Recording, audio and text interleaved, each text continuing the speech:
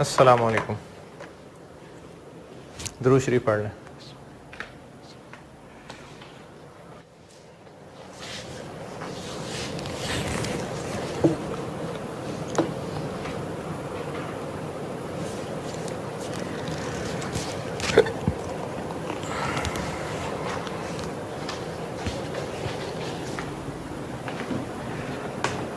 अच्छा, इसका ना एक सवाल पास्ट पेपर में इसका एक ही सवाल है और वो भी आज से कोई 9 साल पहले का, तो उसमें भी IS 91 मिक्स था। बड़ा मज़े का सवाल है और चूंकि मज़े का है तो मैं चाह रहा हूँ कि आपको खुद सवाल करने में जो मज़ा है ना वो मैं मज़ा ख़राब ना करूँ। तो आप ये लेक्चर अभी रोक के आप लेक्चर अभी पॉज करके पहले ये सवाल कर रहे हैं। सवाल कौन सा है? जिनके पास यासिर साहब की बुक है उसमें, अच्छा हाँ, बुक से मुझे याद आया, मैंने उसके सवाल सारे चेक नहीं किए हैं, मैं सिर्फ आपको इन्फॉर्म कर रहा हूं। एक बुक मेरी नज़र से गुजरी थी, कराची के कोई टीचर है, उन्होंने बुक लिखी हुई। उन्होंने क्या किया हुआ है, टेक्स्ट तो खैर उन्होंने वो ICW वाला कॉपी किया हुआ है। जो क्वेश्चन है ना, उन्होंने क्या किया हुआ है कि जो दुनिया जहान के क्वेश्चन हैं, यानी जो ACCA से मिले, जो ACC की फलानी बुक से मिले, जो ACC की फलानी बुक से मिले, जो ICAP के पास पेपर्स थे, जो ICAP की किट के अंदर सवाल थे, जो ICAP की बुक के अंदर सवाल थे, उन्होंने वो सब मिला के ना उसके प्रैक्टिस क्वेश्चन डाल दिए। अब वो बन तो गए बहुत सारे पेजेस, मेरे ख्याल में 1000 पेजेस की तो वो प्रैक्टिस किट बन रही है। और जैसे फाइनेंशियल इंस्ट्रूमेंट्स में देख रहा था उसके उनके पास कोई 90 क्वेश्चन हो गए। तो अगर कोई ऐसा जुनूनी है जो कहे कि नहीं सर मैं तो, मेरे पास तो 2 साल पढ़े, मैंने तो रिपोर्टिंग करनी है, तो इसलिए मैं आपके इन्फॉर्म कर रहा हूँ। ये वहीद बुक डिपो से शायद आपको मिल जाए। मेरा ख्याल है कोई बदामी साहब हैं शायद कराची के, ये उन्होंने क्वेश्चंस कंपाइल किए हुए हैं। और उनका स्टडी टेक्स्ट नहीं मैं कह रहा आपको, क्योंकि स्टडी टेक्स्ट तो मैं आपको नोट्स दे रहा होता हूँ ना, जो टेक्स्ट है वो तो उन्होंने सिंपली ICW को कॉपी किया हुआ है, तो मैं आपको जो नोट्स दे रहा होता हूँ, नोट्स तो वो काफ़ी हैं। लेकिन जो क्वेश्चंस हैं तो उन्होंने एक बड़ी अच्छी बात यह की है कि उन्होंने सारा दुनिया जहान में जितने सवाल इकट्ठे हो सकते थे वो इकट्ठे करके डाल दिए। तो जिनको ये शौक है, वैसे मैं कह नहीं रहा आप सबको कि ये करें, क्योंकि मैं एज अ स्टूडेंट भी समझता हूं कि इतना सारा माल इकट्ठे कर लेने के सिर्फ शौक तो पूरा हो सकता है, सवाल नहीं हो सकते। अगर आप समझते हैं कि आपके पास इतना टाइम है कि आप फाइनेंशियल इंस्ट्रूमेंट्स के 90 सवाल कर पाएंगे तो आपकी अजमत को सलाम पेश करता हूं। लेकिन बहरहाल कुछ लोग होते हैं जिनके पास टाइम है और वो कहते हैं कि नहीं हम बिल्कुल कर लेंगे, तो इसलिए मैंने आपके गोश गुजार कर दिया कि कराची के टीचर हैं, उन्होंने क्वेश्चंस कंपाइल किए हुए, तो आप वो वहीद बुक डिपो से पूछ सकते हैं। मुझे वहीद वाले ने ही कहा था, उसने मुझे वो क्वेश्चंस दिखाए थे, तो मैंने जब देखा है कि बहुत ज़्यादा हैं तो वो फिर मैं आपके इल्म में ला रहा हूँ। जिनके पास इतना टाइम हो कि वो ये 100 क्वेश्चंस करना चाहें हर चैप्टर के, तो ये उनके लिए। क्वेश्चन नंबर 5 है यासिर साहब की बुक में, पेज 273, और ये सिर्फ क्वेश्चन 5 पिछले पेज पे नुक्कड़ पे चला गया, और असल में वो क्वेश्चन 5 शुरू 273 से ही हो रहा है। पेज 273,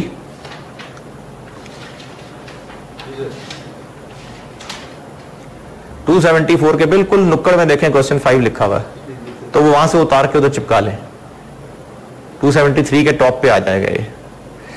ये सवाल परचेज डेट, सेल डेट, सारा बड़ा, एक ट्रांजैक्शन परचेज की है, एक सेल की है, एक ट्रेड डेट अकाउंटिंग है, एक सेटलमेंट डेट अकाउंटिंग। जिस तरह मैंने भी 2 सवाल कराए हैं ना, मैंने तो आपको IAC की एग्जांपल थोड़ी सी फिगर्स आगे पीछे करके छाप के दिए हैं। तो ये एक सवाल आया हुआ है और इसकी अच्छाई ये थी कि इसमें फॉरेन करेंसी मिक्स थी, लेकिन इसमें इन्होंने सेटलमेंट डेट अकाउंटिंग की आखिरी एंट्री के अंदर एक बड़ी अजीब सी बोंगी चवल मार दी ICAP ने। बड़ा वाजे IS IFRS के अंदर ये लिखा हुआ है कि हमारा हक नहीं रहा जब हमने इसको बेच दिया, हम उसको अपडेट नहीं कर सकते गेन लॉस को, लेकिन उसने ईयर एंड पे फिर उसको फेयर वैल्यू अपडेट किया हुआ। वो सेटलमेंट डेट की आखिरी एंट्री सेल वाली वो सही नहीं है, उसमें उन्होंने ईयर एंड की फेयर वैल्यू पे फिर अपडेट किया हुआ, ये टेक्निकली गलत है। तो उस एंड में जज्बाती होकर शायद वो कर गया, तो इसकी आखिरी एंट्री गलत है। उसके अलावा आपको मैं एक तो अपना सोल्यूशन दे रहा हूं आखिरी एंट्री की वजह से, दूसरा ये कोई रिक्वायरमेंट नहीं है कि एक्सचेंज गेन लॉस अलग निकालें और फेयर वैल्यू गेन लॉस अलग निकालें। ये सिर्फ सर खपाई है और कुछ नहीं है।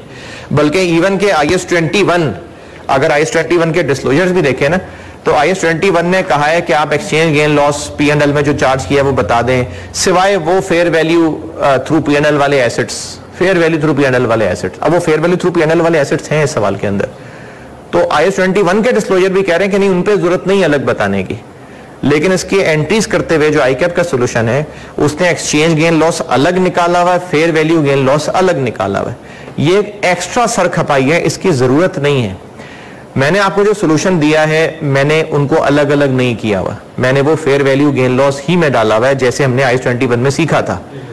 तो मैंने सोल्यूशन में उनको इकट्ठे ही रखा हुआ है, और आखिरी एंट्री जो ICAP के सोल्यूशन की गलत है वो मैंने सही कर दी है। इसके अलावा आप ICAP का सोल्यूशन भी जरूर देख लीजिएगा, क्योंकि उसमें बेशक आखिरी एंट्री गलत है, लेकिन जो उन्होंने सारी एंट्रीज के अंदर फेयर वैल्यू गेन लॉस को और एक्सचेंज गेन लॉस को तोड़ के रखा है ना, वो लर्निंग के लिए आप सिर्फ कैलकुलेशन पॉइंट ऑफ व्यू से अगर सीखना चाहें तो जरूर देख लीजिएगा, आप उसको जरूर देख लीजिएगा, गुनाह नहीं मिलेगा, लेकिन उसकी जरूरत नहीं है। तो fair value gain loss net काफी होता है। तो मैंने जो सोल्यूशन आपको PDF अपलोड किया है, आप वही खोल लीजिए सामने। अभी आप लेक्चर पॉज करके वो सवाल कर रहे हैं पहले, फिर उसके बाद लेक्चर खोल रहे हैं, और आप वो कर रहे हैं अभी। ICAP वाला सोल्यूशन भी देख लीजिएगा ताकि आपको एक्सचेंज गेन लॉस अलग निकालना पता चल जाए। अगर नहीं तो मर्जी आपकी ना देखें चाहे, लेकिन ICAP का सोल्यूशन की आखिरी एंट्री गलत है, बता रहा हूं गलत है। उसमें उन्होंने ईयर एंड पे फिर से फेयर वैल्यू पे अपडेट किया, वो सही नहीं है। तो PDF जो मैंने अपलोड किया है वहां से देखिएगा और ये आप सवाल करें। अच्छा हाँ, जिनके पास यासर साहब की बुक नहीं है, तो ये पास्ट पेपर्स में से आपको मिल जाएगा, ये 2011 अटेम्प्ट, 2011 दिसंबर, विंटर 2011, ये उस अटेम्प्ट का क्वेश्चन नंबर 2 था। विंटर 11 अटेम्प्ट का क्वेश्चन नंबर 2।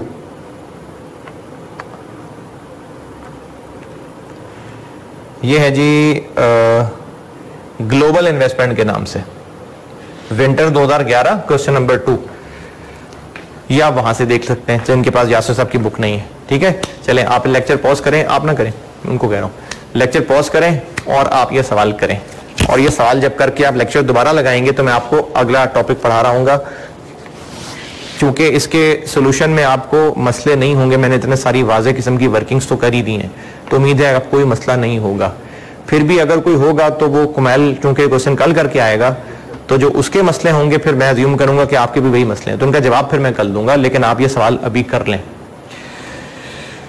मैंने आपको ना सोल्यूशन व्हाट्सएप किया क्योंकि प्रिंट पे तो आ नहीं रहा। चलें परचेज डेट सेल डेट से आगे, रेगुलर वे परचेज सेल से आगे बढ़ते हैं।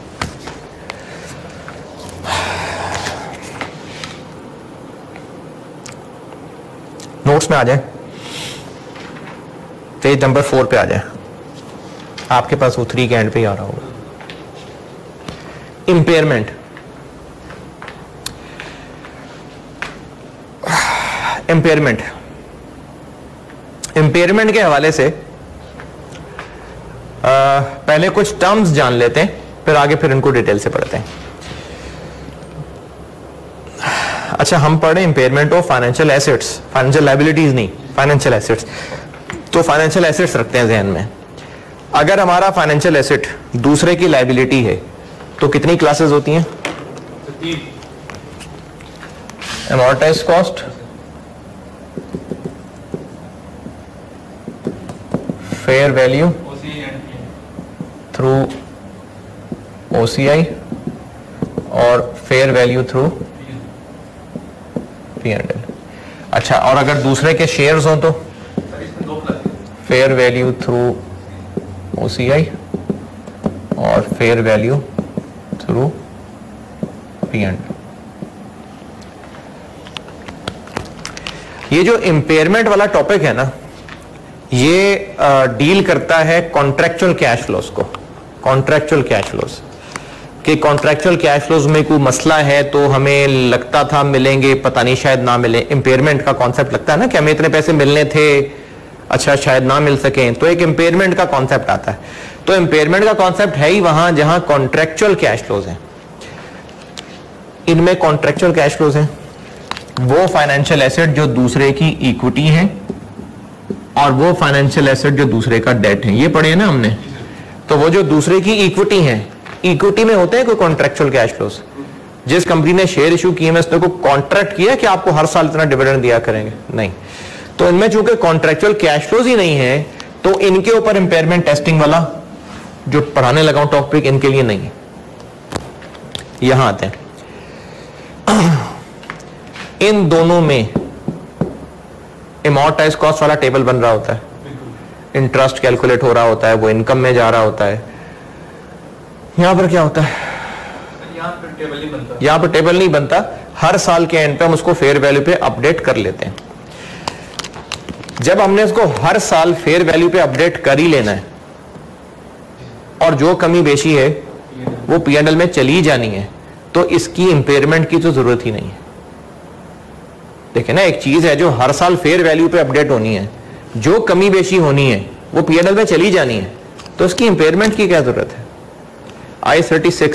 I36 ओ शुरू में वो इन्वेस्टमेंट प्रॉपर्टी जो फेयर वैल्यू मॉडल पे है उस पे I36 नहीं लगता।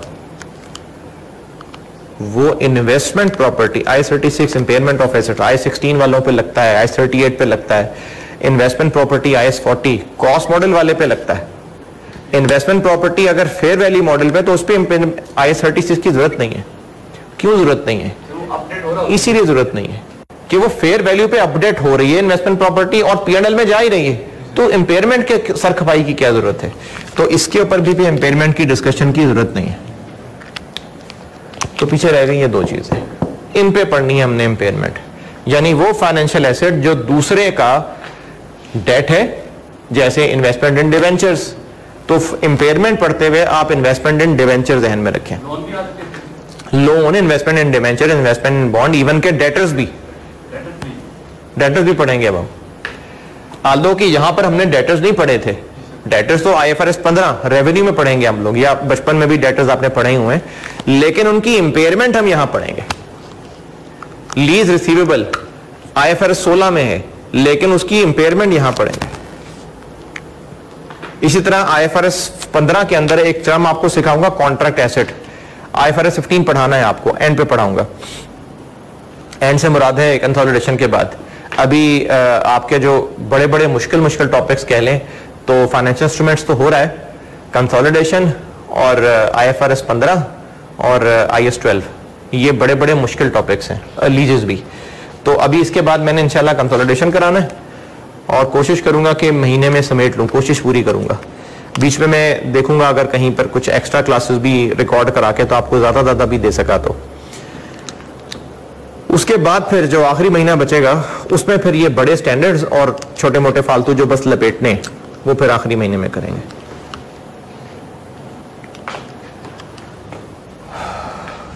क्या बता रहा था, हाँ जी, IFRS 15 में एक चीज आपको सिखाऊंगा, कॉन्ट्रैक्ट एसेट, तो उसकी भी इंपेयरमेंट टेस्टिंग यहीं पर फॉलो करेगी। तो हम बात कर रहे हैं इन दोनों की, डेटर्स की, लीज रिसीवेबल की और कॉन्ट्रैक्ट एसेट जो हमने IFRS 15 में पढ़ना है। और इंपेयरमेंट जो भी पढ़ाने लगा हूं वो इन पे नहीं है। तो देखिए सबसे ऊपर टॉप पे जिन्होंने सॉफ्ट कॉपी रखी हुई है तो उनको लाल लाल नजर आ रहा होगा, जिन्होंने प्रिंट निकाल लिया तो उनको तो सब काला ही दिख रहा है। तो उसमें टॉप पे एक डब्बा बनाया हुआ है कि इंपेयरमेंट अप्लाई नहीं हो रही उन फाइनेंशियल एसेट्स पे जो दूसरे की इक्विटी है, और उन फाइनेंशियल एसेट जो हैं तो दूसरे का डेट, लेकिन वो फेयर वैल्यू थ्रू P&L पे। तो अब से ऑनवर्ड जो इंपेयरमेंट में पढ़ाने लगा हूं आपके जहन में ये सब ना आए, ये रहे।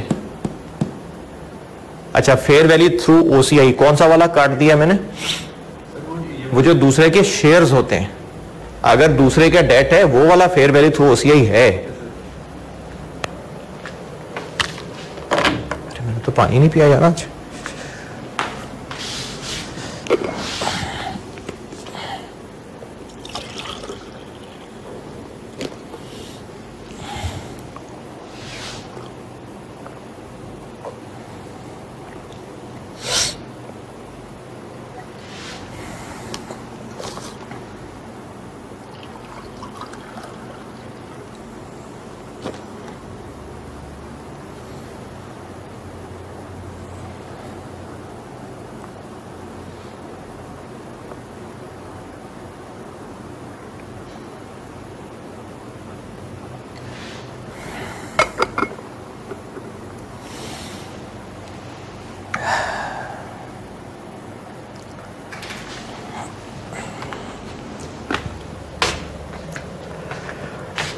ठीक है, चलें आगे।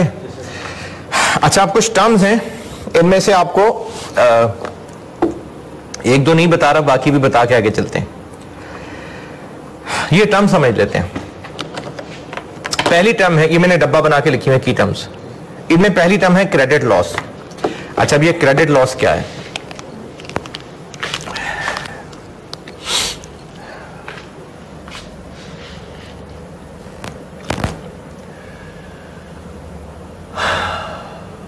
एक सवाल लिखें, उससे समझाता हूं, एक सवाल से समझाता हूं कि क्रेडिट लॉस से क्या मुराद है।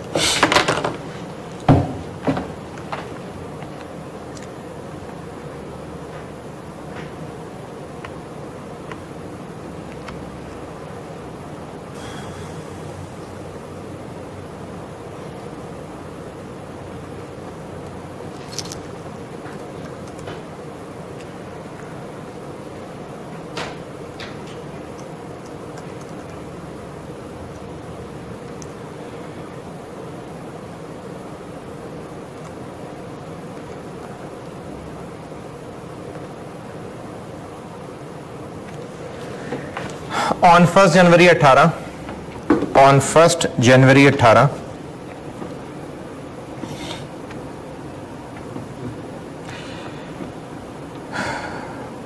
9%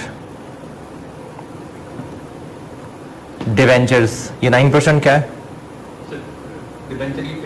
डिवेंचर की फेस वैल्यू का 9%, ये कूपन रेट है। 9% debentures were purchased at a fair value of 1,15,000।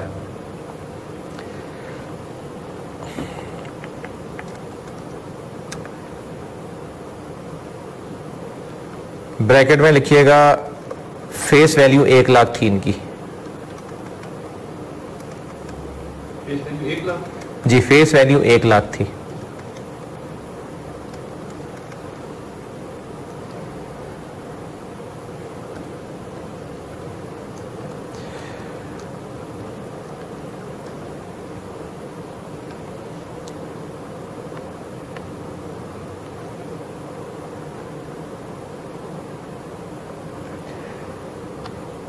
आगे लिखिए,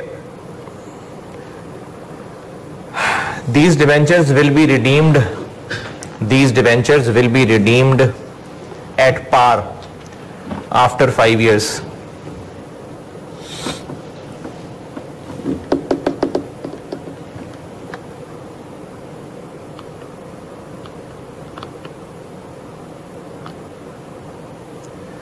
इफेक्टिव इंटरेस्ट रेट इसका 5.4885%, ये इसका इफेक्टिव इंटरेस्ट रेट।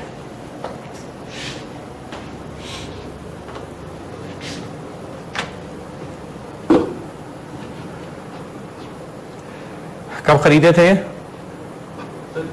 जनवरी 2018। अच्छा, अब हम खड़े हैं 31 दिसंबर 19 पे। अब हम 31 दिसंबर 19 पे खड़े हैं। कितने साल गुजर गए? 2 साल गुजर गए। कितने रह गए? 3 रह गए। 5 में से 2 निकल गए, 3 रह गए। अब हालात लिखें आगे।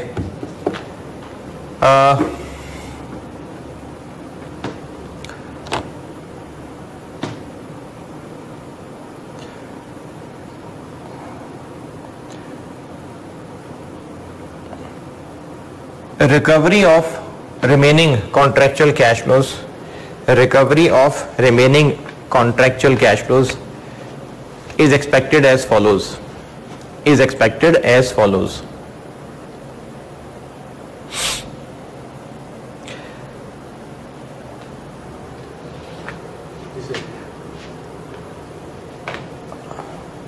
हमें जो 31 दिसंबर 20 को कैश फ्लो मिलना है उसमें से 70% मिल जाएगा, क्योंकि ना इस कंपनी के हालात खराब हो रहे हैं। अब जो हमें 31 दिसंबर 20 वाला कैश फ्लो ड्यू होना है उसमें से कितना कम है ना, 70% मिल जाएगा। इसको क्या लिखना है? इस बात को लिख लें, ये जो मैंने कहा है कि recovery as expected as follows है, तो मैं एज फॉलोज बता रहा हूं कि जो 31 दिसंबर 20 को मिलना है ना, उसमें से 70% मिलेगा बस।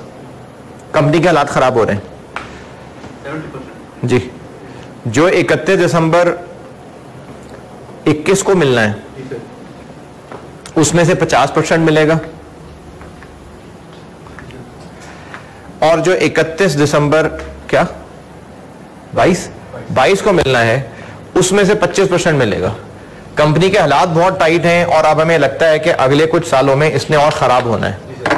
अभी डूबी नहीं है कंपनी, लेकिन हमें वैसे ही बदगुमानी होनी शुरू हो गई, हमें शक होने शुरू हो गए, वसवसे आने शुरू हो गए। नहीं, बस हम अभी एडजस्टिंग इवेंट नहीं, हम खुद ही परेशान हुए जा रहे हैं कि इनके साथ पता नहीं क्या माजरा होना है। अब इसमें कैलकुलेशन मैं खुद कह रहा हूं करने को, क्यों कर रहे हैं बाद में करते हैं, पहले बस कह रहा हूं करते हैं। पहले तो उसकी 31 दिसंबर 19 पे बैलेंस निकालते हैं। स्टार्टिंग पॉइंट क्या होगा इसका?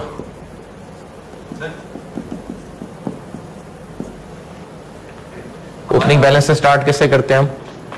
जो इनिशियल मेजरमेंट होती है। अरे वाह, फाइनेंशियल एसेट है। हाँ, फाइनेंशियल एसेट है। तो सर ये पहले दिन कितने से डेबिट होगा? दूसरे की फाइनेंशियल लायबिलिटी है, तो सर ये होगा उस पे फेयर वैल्यू हैं जी? फेयर वैल्यू पे सर कितनी? सर 1,15,000 1,15,000 ओपनिंग बैलेंस आ गया। फिर क्या होता है इसमें? अमोर्टाइज्ड कॉस्ट वाले टेबल में के बाद इंटरेस्ट लेते हैं। किस रेट पे? इफेक्टिव रेट पे लगाएं। इफेक्टिव रेट है 5.488 लगाएं जी।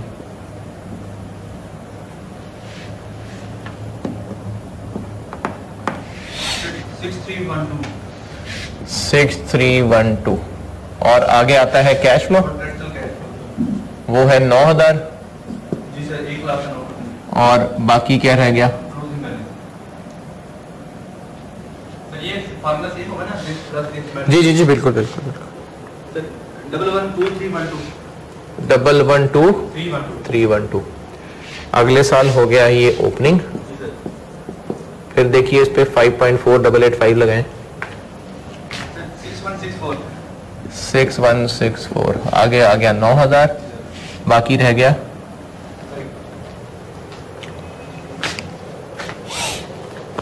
109,476। अच्छा, अभी बैलेंस शीट में कितना आ रहा होगा?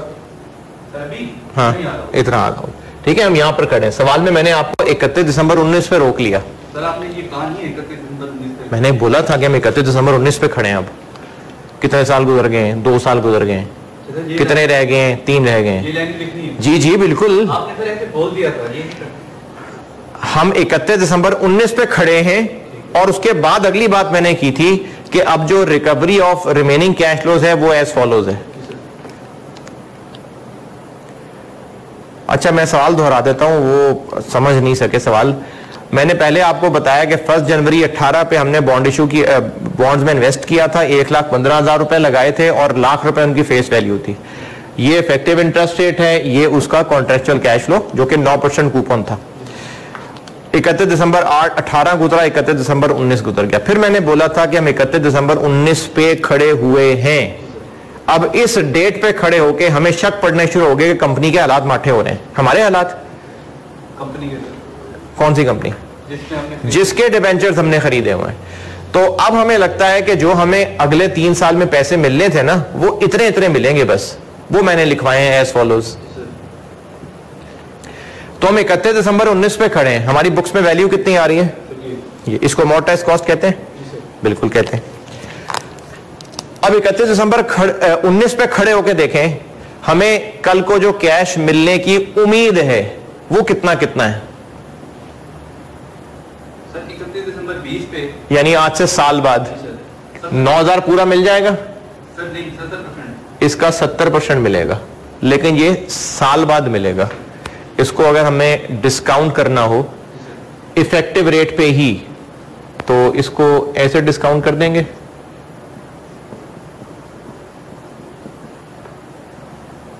ठीक है। अच्छा, उसके बाद जो हमें अगला वाला 9 मिलना है, उसमें से कितनी उम्मीद है मिलने की? 50%। इसको अगर मैं 31 दिसंबर 19 तक लाना चाहूं,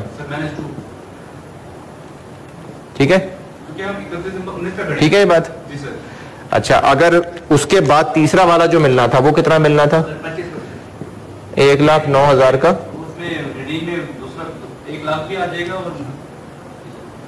और इसको अब चूंकि मैंने 3 साल करना है,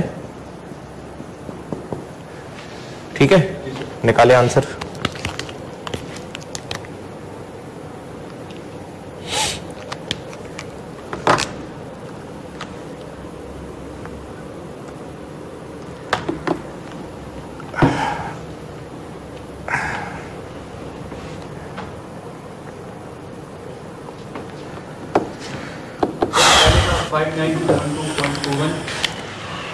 फाइव नाइन 5972.21।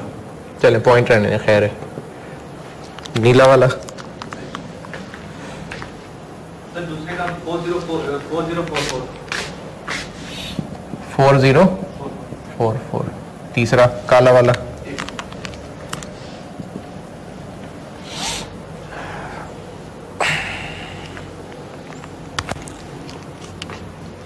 सर 23214।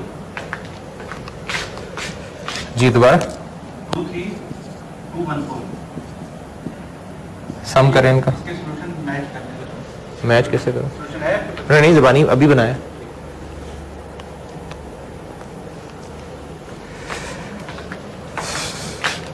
सर 33229 जी 33229। 33229।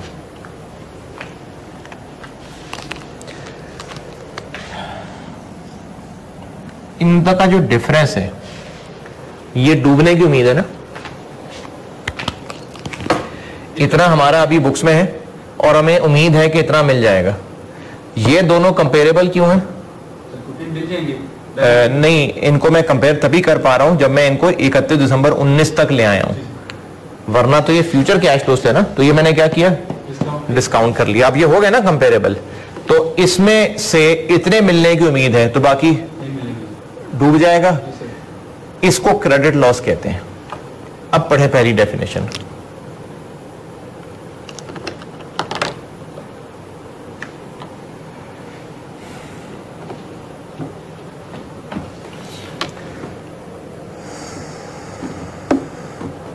ब्रैकेट वाली चीज अभी नहीं समझ आएगी। सर ये original effective interest rate, original क्या मतलब? ओरिजिनल ये जो अभी हमने, ये जो मैंने बताया आपको, ठीक है, ये इसके अलावा भी कुछ चीज होती है? हाँ वो पढ़ाना है। सर वो बीएफ में पढ़ा था, लेकिन इसका अपना कॉन्ट्रैक्ट का अपना आईआरआर निकलेगा, 4000 निकालेगा।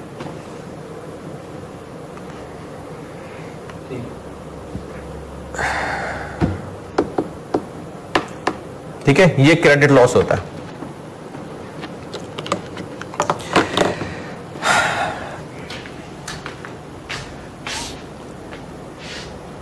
ये जो हमने अंदाजा, ये जो हमने कैलकुलेशन की है, कितना आंसर आ गया? कुछ 60-70 हजार आ जाएगा ना? जी सर, 76,000 समथिंग आएगा। कंफर्म ये ऐसा ही होगा? नहीं सर, अंदाजे हैं। अंदाजे? ये वैसे एस्टिमेट होंगे ना, तो जिसने लगाया हमने तो उसने बेस्ट ही लगाया होगा। लेकिन फिर भी इसके अलावा भी तो हो सकते हैं ना, तो इसके अलावा भी हो सकते हैं। एक और सवाल लिखें।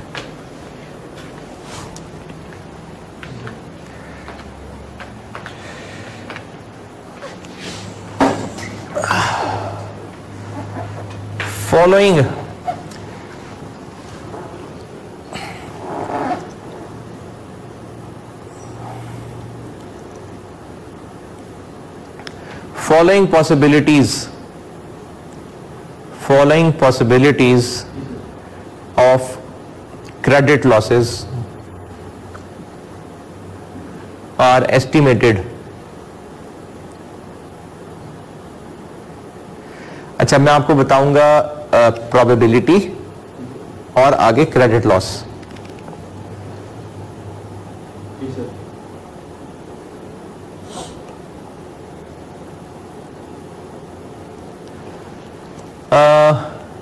पहले लिखिए प्रोबेबिलिटी 0.3 है कि क्रेडिट लॉस होगा 75,000। फिर लिखें प्रोबेबिलिटी 0.25 है कि क्रेडिट लॉस होगा 40,000। कितनी रहेगी प्रोबेबिलिटी? सर 0.45। और 0.45 प्रोबेबिलिटी है कि कोई क्रेडिट लॉस नहीं होगा। डाटा रिपीट कर रहा हूं। 0.3% 0.3 प्रोबेबिलिटी है, 0.3% नहीं, 0.3 यानी 30% के 75,000 का क्रेडिट लॉस होगा और 0.25 चांसेस हैं यानी 25% 40,000 कि 40,000 का क्रेडिट लॉस होगा और 0.45 यानी 45% चांस है कि कोई क्रेडिट लॉस नहीं होगा। इनकी एक्सपेक्टेड वैल्यू रिपोर्टिंग में एक्सपेक्टेड वैल्यू पड़ी हुई है ना?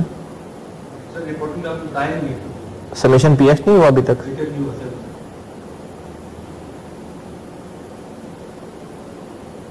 हुआ है यार?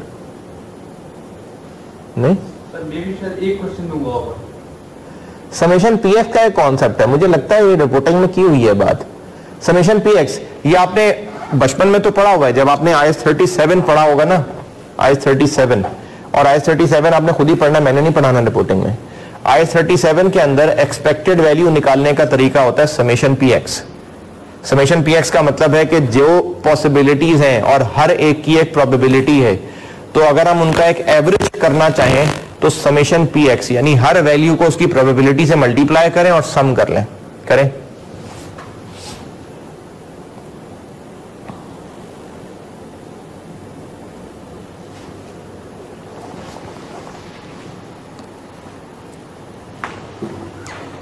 सर 32,500 32,500 ये हमने क्या किया, जो जो पॉसिबल क्रेडिट लॉस थे उसकी हमने एक्सपेक्टेड वैल्यू ले ली ना, ये किया। इसमें हम ये भी नहीं देख रहे होते कि अगर जिसके चांस ज्यादा हैं इनसे कम उसको ले लें।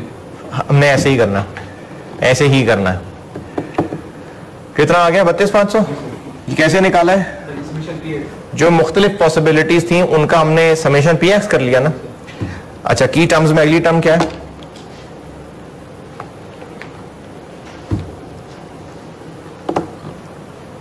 एक्सपेक्टेड पढ़ लें क्या होता है।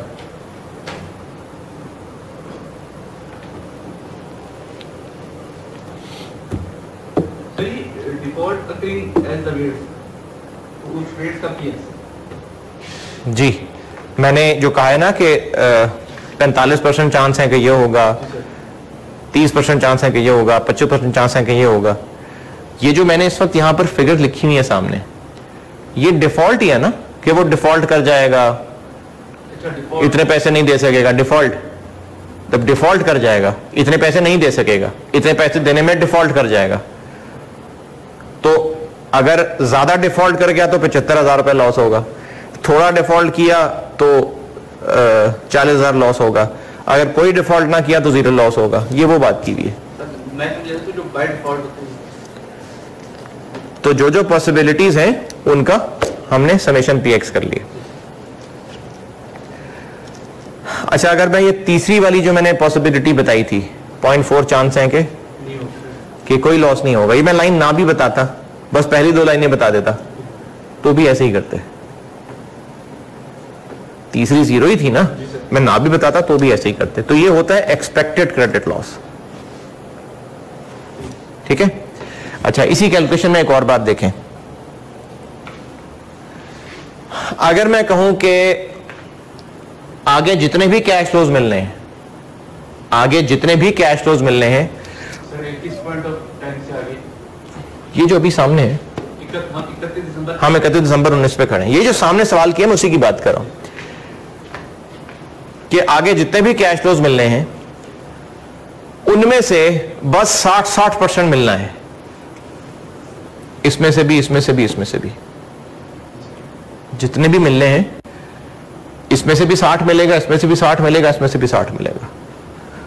तो हर एक पे 60% लगाता, उनकी पीवी निकालता और यहां उनका टोटल कर लेता। ये जो आंसर आता, अगर मैं इसी पे 60% लगा देता तो ये आता ना।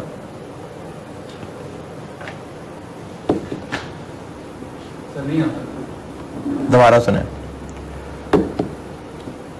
ये जो अब से ऑनवर्ड कैश मिलने हैं, अगर ये लिखा होता कि हर एक में से 60% मिल जाएगा, ये भी 60%, ये भी 60%, ये भी 60%, नहीं तो करके देख लेना, इन सबको 60-60 करें, डिस्काउंटिंग करें, पीवी निकल आई, टोटल करें, अगर इस 109 पे ही 60% लगा देता तो ये आंसर आ जाता। सर ये अभी हमें मिलने हैं सर, वो हम एक पॉइंट ऑफ टाइम पे खड़े हुए हैं, 31 दिसंबर पे खड़े हैं, अच्छा, पीवी निकाल के वहां पे लेके आ रहे हैं, तो सर उसका 60% ये चलो ट्राई कर लो, ट्राई करके देखें। कह रहे तो मान लेते, नहीं करके देखें ना, ट्राई कर लें आप। इनकी डिस्काउंटिंग इसको भी 60 कर दें, इसको भी 60 कर दें, इसको भी 60 कर दें, और फिर डिस्काउंटिंग करके देखिए क्या करें, ट्राई करें, शाबाश।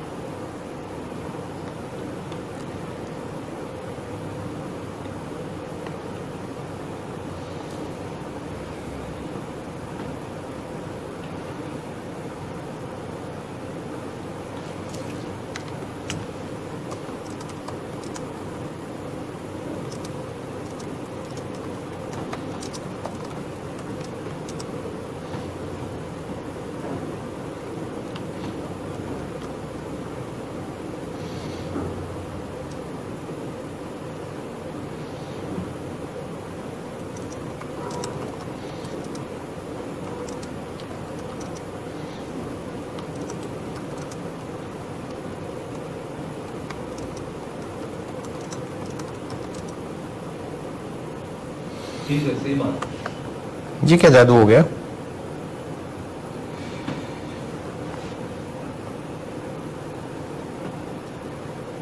सर हम उनको डिस्काउंट करके उसी पॉइंट ऑफ टाइम पे लेके आ रहे हैं, 31 दिसंबर 19 तक। अच्छा सर 31 दिसंबर 19 पे हम उसको 60 कर दें तो सेम वैल्यू है। क्यों आगे?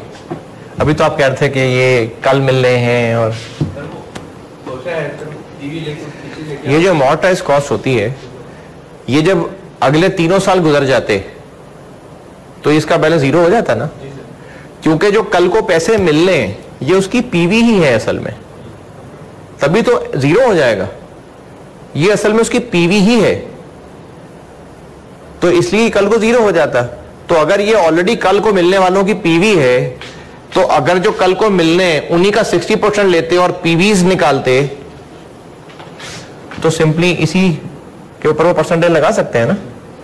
अच्छा, इसको मैं एक और तरह से बोलता हूं, 60% मिलेंगे यानी 40% डूब जाएंगे।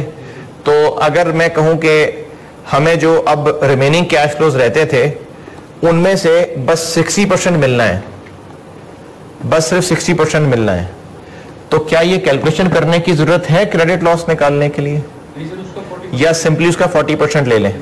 कर सकते हैं ना ऐसा? अच्छा चलिए, सही है, गुड। हम अमॉर्टाइज कॉस्ट का अगर डायरेक्टली परसेंटेज ले लें तो फिर ये डिस्काउंटिंग में पढ़ने की जरूरत नहीं है, वरना कॉन्सेप्चुअली क्रेडिट लॉस है यही, लेकिन अगर ये भी सब एक कांस्टेंट परसेंटेज है तो फिर डिस्काउंटिंग पे टाइम लगाने की जरूरत नहीं है, हम उस पे परसेंटेज ले सकते हैं। यहां तक ओके?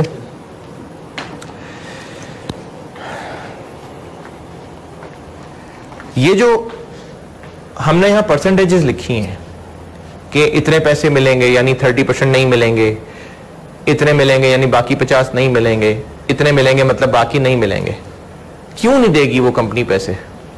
हमें क्यों लगता है कंपनी पैसे नहीं देगी? रिस्क क्या डूब जाएगी? कंपनी डूब जाएगी। क्यों डूबती नजर आ रही है कंपनी? सर ये डिपेंड करता है कि उसका अपना रिस्क की वजह से नहीं, हमें देखें, अगर हमने किसी कंपनी में पैसे इन्वेस्ट कर दिए और हम कह रहे हैं कि उससे इतने पैसे नहीं मिलेंगे, तो क्यों कह रहे होंगे में से? हमें क्यों लग रहा होगा कंपनी डूब जाएगी? किसी को अब मैच हो रहा है, पाकिस्तान इंग्लैंड का टेस्ट मैच हो रहा है, क्यों लग रहा है कि पाकिस्तान हार जाएगा? परफॉर्मेंस खराब है, अभी तक की परफॉर्मेंस खराब है ना। या तो ऐसे कह लें कि परफॉर्मेंस खराब है, या ये कह लें कि अभी परफॉर्मेंस खराब तो नहीं है, वैसे तो टेस्ट मैच एंड होने वाला है, लेकिन एक दिन पहले की बात कर लेते हैं, जब फॉलो ऑन हुआ था। जब फॉलो ऑन हुआ था और हो सकता है कि पाकिस्तान दूसरी इनिंग में अच्छा खेल जाता। लेकिन अगर एक्सपर्ट्स को पता है कि चौथे दिन मौसम होना है चेंज, पिच हो जानी है चेंज, और पाकिस्तानी बैट्समैन को जानते हुए इनसे उस पिच पे नहीं खेला जाना। अच्छा, क्या पाकिस्तानी टीम ने बुरा परफॉर्म कर लिया? नहीं, तो फिर हमें क्यों लग रहा है कि वो हार जाएंगे? सर उनकी पहली परफॉर्मेंस देख के हम क्यों कह रहे हैं कि वो आउट हो जाएंगे? क्योंकि पिछली परफॉर्मेंस देख के उनकी, हम किससे लिंक कर रहे हैं उनके आउट होने को? सर पिच, हाँ, पिच खराब हो चुकी है, अभी होनी है। नहीं ना, अभी हम ये एक्सपेक्ट कर रहे हैं ना वेदर फोरकास्ट कि चौथे दिन में मौसम में ऐसी चेंज आनी है, उससे पिच खराब हो जाएगी और टीम ढेर हो जाएगी। तो पिच खराब हो चुकी है? नहीं, अभी नहीं हुई है। तो ये जो हम अंदाजे लगा रहे होते हैं ना, ये अंदाजे कितने पैसे डूब जाएंगे, हम अंदाजे लगा रहे होते हैं कि ये वाकया हो जाएगा और इस वाकये की वजह से कंपनी के हालात खराब हो जाएंगे। अभी वो वाकया हुआ नहीं होता। IFRS 9 में इंपेयरमेंट का कॉन्सेप्ट यही है। IAS 36 में क्या होता था, कोई मसला होता था फिर हम लोग इंपेयरमेंट टेस्टिंग करते थे। यहां पर हम मसला होने का इंतजार नहीं करेंगे, हम खुद ही सोच सोच के परेशान होते रहेंगे कि ये मसला ही ना हो जाए, कहीं ऐसा ना हो जाए, वो जो अमेरिका और तुर्की के दरमियान एक एग्रीमेंट होने लगा है उसका असर ना पड़ जाए, वो जो इसराइल के साथ ताल्लुकात चेंज होने लगे उसका असर ना पड़ जाए। यानी वो इवेंट्स जो अभी हुए नहीं हैं, हम उन्हीं को सोच सोच के परेशान होते जाते हैं और उन्हीं की बेस पे सोचना शुरू कर देते हैं कि फलाना इवेंट अगर हो गया तो ये डिफॉल्ट कर जाएगा, फलाना इवेंट अगर हो गया तो डिफॉल्ट कर जाएगा। ठीक है, तो हम जो कह रहे हैं ना फलाना इवेंट होगा तो ये डिफॉल्ट करेगा, वो इवेंट हो चुका हुआ है? नहीं, अभी नहीं हुआ हुआ। अगर वो मल्टीपल इवेंट्स हैं तो उसका इफेक्ट कैलकुलेशंस में आ जाएगा। कितने % चांस है कि वो इवेंट हो जाएगा? 100%? नहीं, उसकी भी कोई ना कोई प्रोबेबिलिटी होगी ना। एक टर्म होती है, अच्छा, एक्सपेक्टेड क्रेडिट लॉस वाली बात समझ आ गई क्या है? नहीं, अभी एक्सपेक्टेड क्रेडिट लॉस निकाले थे हमने, अभी एक सवाल में निकलवाए थे मैंने, एक्सपेक्टेड क्रेडिट लॉस के इतने % चांस हैं कि इतने पैसे डूबेंगे, इतने % चांस है कि इतने डूबेंगे, इतने %, ये किया था ना अभी, उसको प्रोबेबिलिटी से मल्टीप्लाई किया था ना, है ना। अभी मैंने काम करवाया था कि 0.3 चांस है कि 75,000 डूबेगा, 0.25 चांस है कि 40,000 डूबेगा, तो हमने उनको प्रोबेबिलिटी से मल्टीप्लाई किया था ना। ये हमने एक्सपेक्टेड लॉसेस निकाले थे। ये प्रोबेबिलिटीज किस चीज की थी? ये प्रोबेबिलिटीज इस चीज की थी कि फलाना इवेंट हो जाएगा जिसकी वजह से हालात खराब होंगे। तो ये इवेंट्स के होने की प्रोबेबिलिटीज थी। बारिश होगी, पिच खराब हो जाएगी, टीम ढेर हो जाएगी, तो बारिश होने की प्रोबेबिलिटी कितनी है? ये वो थी 0.3 और 0.25। 0.3 बारिश होने की प्रोबेबिलिटी थी, 0.25 तूफान आने की प्रोबेबिलिटी थी। बारिश होने से और टीम की परफॉर्मेंस होनी थी, तूफान आने से और टीम की परफॉर्मेंस होनी थी। ठीक है, तो ये जो अभी सवाल के अंदर मैंने एक्सपेक्टेड वैल्यू निकलवाई है आपसे, ये प्रोबेबिलिटीज किस बात की थी? वो इवेंट होने की, वो इवेंट होने की जिसकी वजह से ये डिफॉल्ट कर जाएगा, या ऐसे कह लें कि इनके डिफॉल्ट करने की। डिफॉल्ट कर चुके हैं, अभी डिफॉल्ट नहीं किया, अभी हम खुद ही सोच सोच के परेशान हो रहे हैं, बस एम ही बदगुमानी करे जा रहे हैं। तो ये बदगुमानी वाला कॉन्सेप्ट है, इंपेयरमेंट वाला।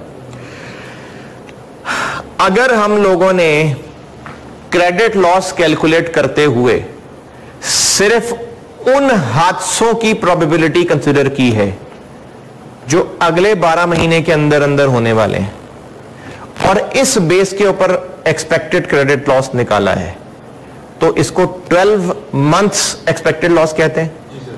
और अगर हमने इसकी पूरी रिमेनिंग लाइफ टाइम जो बुरे बुरे वाकये हो सकते हैं उन सब की प्रोबेबिलिटी कंसीडर करके फिर एक्सपेक्टेड वैल्यू निकाली है, उसको life time expected credit losses कहते हैं। लाइफ टाइम या प्रोजेक्ट टाइम? लाइफ टाइम, जितनी इसकी जिंदगी बाकी रह गई है। अगर हमने सिर्फ अगले 12 महीने के अंदर अंदर जो हादसे होने हैं, यानी अगर हम बारिश के लिए कह रहे हैं नहीं बस अगले 4 घंटे का खेल रह गया उसका बताओ, तो हम सिर्फ इस टाइम फ्रेम में अगर देख रहे हैं कि इस टाइम फ्रेम में हादसा होने की प्रोबेबिलिटी कितनी है, और फिर उस प्रोबेबिलिटी को इस्तेमाल करके एक्सपेक्टेड वैल्यू निकाली हुई है, वो है 12 मंथ्स एक्सपेक्टेड क्रेडिट लॉस। और अगर पूरे रिमेनिंग 3 साल पे जो जो हादसे हो जाएंगे उनकी प्रोबेबिलिटीज ली हुई हैं और उनके हिसाब से एक्सपेक्टेड लॉस निकाला हुआ, वो है life time expected credit loss. ये अगली दोनों टर्म्स भी पढ़ लें।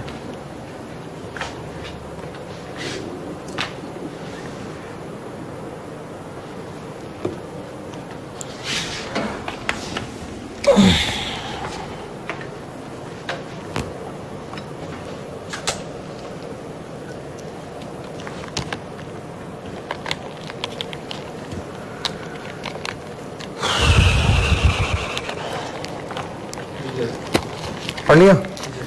चलें इससे आगे इंशाल्लाह कल चलते हैं और आप फिर वो सवाल करके आएंगे तो मुझे पता चलेगा कि इनको क्या क्या मसला आया है।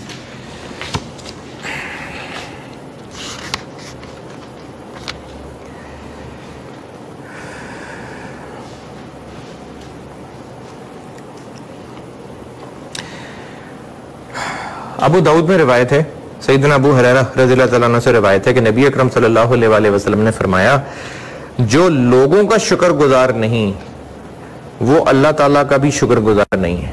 यानी अगर हम लोगों का शुक्रिया नहीं ना कर सकते और अगर हमें लगता है कि मुंह से ही करना जरूरी है, वैसे तो जरूरी है, लेकिन अगर हमें दिल में भी उनका एहसास नहीं हो रहा ना कि किसी ने हमारे साथ क्या क्या अच्छाई की हुई है, अगर हम उनका शुक्रगुजार होना महसूस नहीं कर रहे तो फिर हम अल्लाह का भी शुक्रगुजार नहीं हो सकते। अगली क्लास में मुलाकात होगी इंशाअल्लाह।